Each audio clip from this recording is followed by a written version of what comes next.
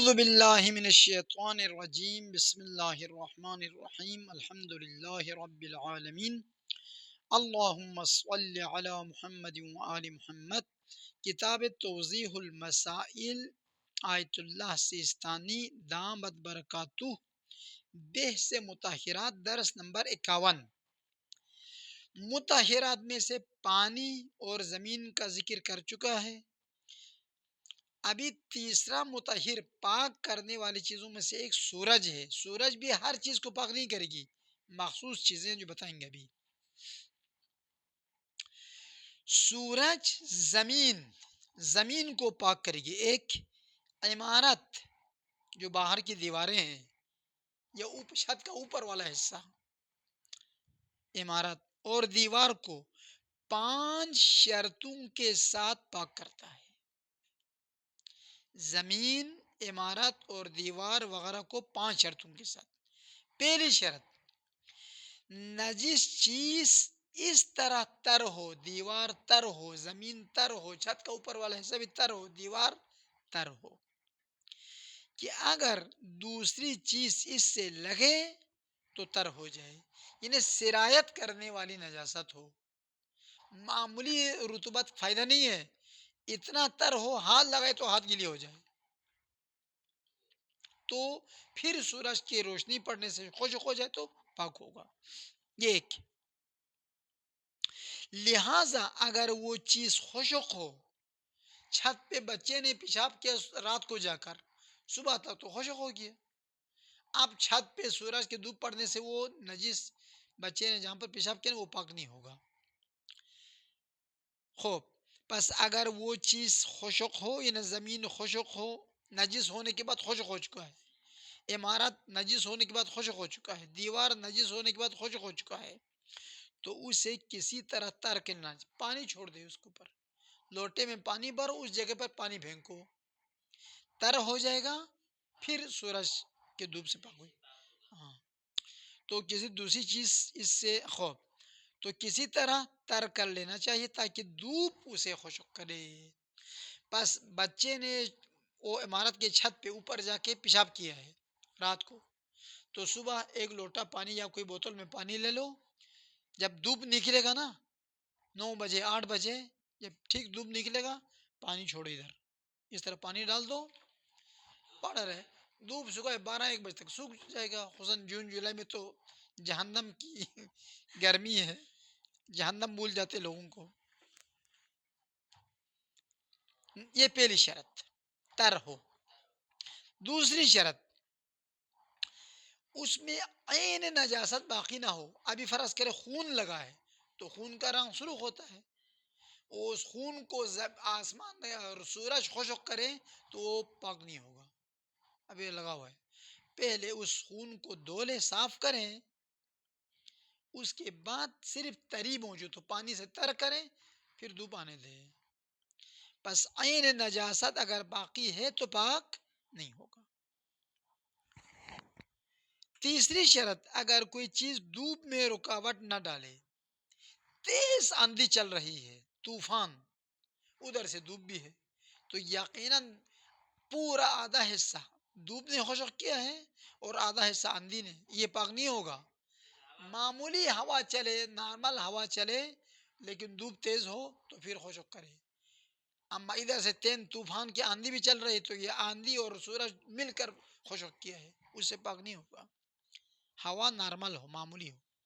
پس اگر دھوپ، پردے یا بادل یا ایسی ہی کسی چیز کے پیچھے سے نجس چیز پر پڑے، یہ جگہ نجس ہے، ادھر پردہ ہے، پردہ لگا ہوا ہے، پردے کے پیچھے، پردے پر دھوپ پڑ رہی ہے اور پردے دھوپ کی گرمی نے اس کو خشک کیا، پاک نہیں ہوگا، کوئی رکاوٹ نہ ہو بیچ میں۔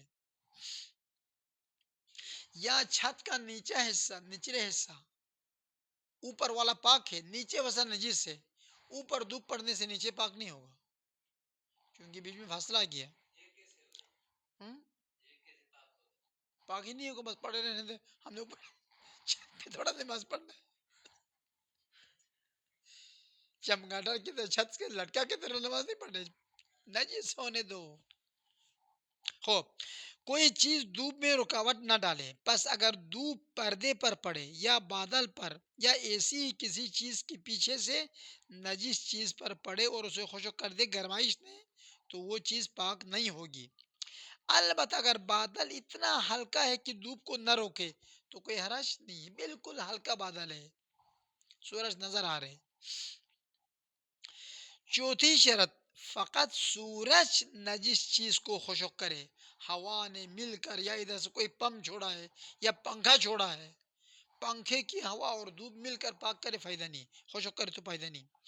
فقط سورج کی نجس، فقط سورج ہی نجس چیز کو خشک کرے، لہذا مثال کے طور پر اگر نجس چیز ہوا اور دھوپ سے مل کر خشک ہو جائے تو پاک نہیں ہوتی۔ ہاں اگر کیفیت یہ ہو کہ یہ کہا جا سکے کہ نجس چیز دھوپ سے خشک ہوئی ہے، ہلکی پھلکی ہوا تو ویسے بھی چلتی ہے، ہوا نہ چلے تو لوگ ہی مر جائیں گے، تو لوگ مرنے کے بعد اس کے پاک ہونے کا فائدہ کیا ہے؟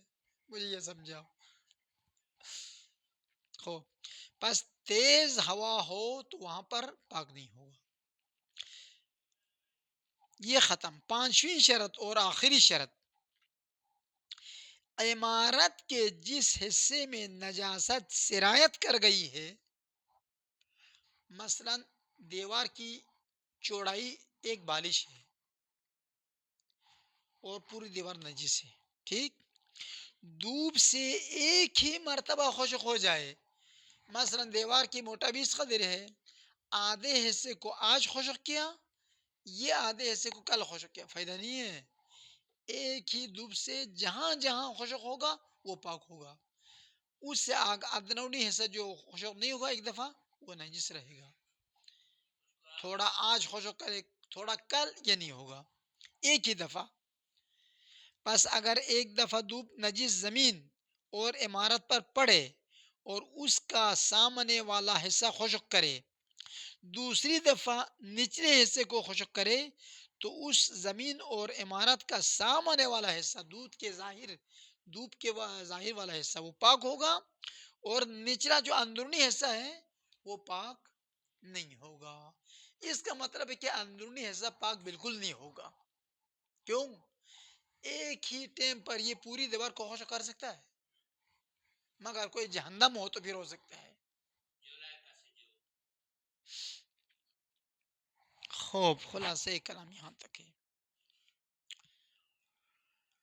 سورج نجس چٹائی کو پاک کر دیتا ہے، لیکن اگر اس کی بناوٹ میں داغے استعمال ہوئے ہوں، چٹائی کے ساتھ ساتھ گھاس کے ساتھ یا خرما کے پتے کے ساتھ ساتھ داغا بھی استعمال ہوا ہے، تو انہیں پاک نہیں کرے، داغا پاک نہیں ہوگا، وہ خرما کے پتے والا حصہ پاک ہوگا۔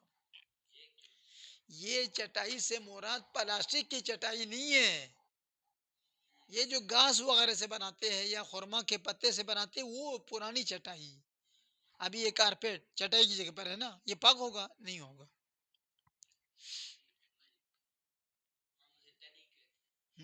وہ پاک ہوگا، لیکن اگر اس کی داغے تو داغا پاک نہیں ہوگا۔ اسی طرح درخت، گھاس اور دروازے کھڑکیاں سورج سے پاک ہونے میں اشکال ہے، کھڑکیاں پاک نہیں ہوگی، دروازہ نجس ہے اوپر دھوپ پڑے وہ پاک نہیں ہوگا، درخت نجس ہو جائے پاک نہیں ہوتا، درخت کے لیے کیا کرے پھر؟ درخت کو پکڑنے کے لیے پیپ لگائے پریشر کے ساتھ۔ یہ ایک دو مشتہد کی اور بھی توضیح ہونی چاہیے یہاں پر، تاکہ پتہ چلے کہ کہاں تک پانی میں کہاں تک خشکی میں ہے۔ خوب بس یہاں تک کافی ہے۔